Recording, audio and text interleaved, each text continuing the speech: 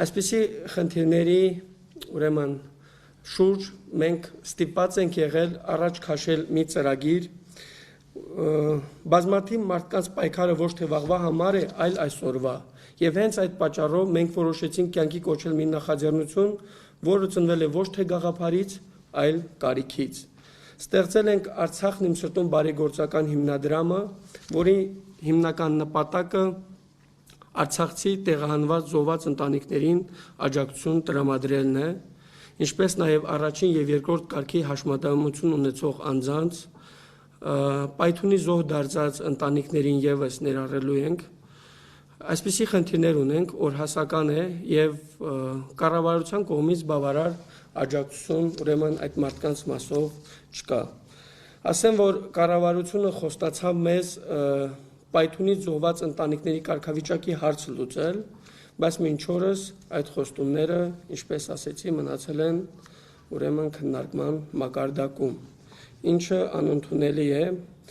Ունենք բազմաթիվ ուրեմն հայորդիներ, ովքեր պատերազմի մասնակցել են եւ այդ չարաբաստիկ օրը ուրեմն պայթունով զոհվել են։ Ուշադրություն չդարձնել այդ մարդկանց եւ մեկ հարթության մեջ դիտարկել, որ ուրեմն մի քանի ամիս առաջ, եթե չեմ սխալվում, Սուրմալույն եւս դեպք է տեղի ունեցել, մեզ համար անընդունելի է։ Ուրեմն դատարանի վերաքննիչ դատարանի որոշմամբ պարզ է դարձել, որ այդ ամենը տեղի է ունեցել պատերազմի հետևանքով։ Հետևաբար կառավարությունը պետք է կարգավիճակի հարցը ունենա օրակարգում։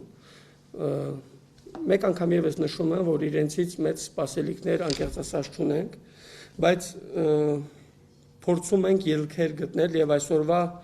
այս ֆորմատով հանդիպման նպատակը հետեւյալն է՝ կոչ անել մեր հանրությանը, ում համար Արցախի հարցը փակված չէ եւ արցախցիների ցավը իրենց ցավն է, սատար կանգնեն արցախցիներին։ Առաջին հերթին դիմում եմ արցախցի այն գործարարներին, ովքեր երկար տարիներ հաջողված բիզնես ծրագրեր են ունեցել Արցախում, իհարկե որոշ արտոնություններով,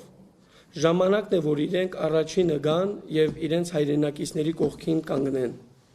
Եթե չեն ուզում փողոցներում տեսնել ուրեմն զոհվածների ընտանիքների,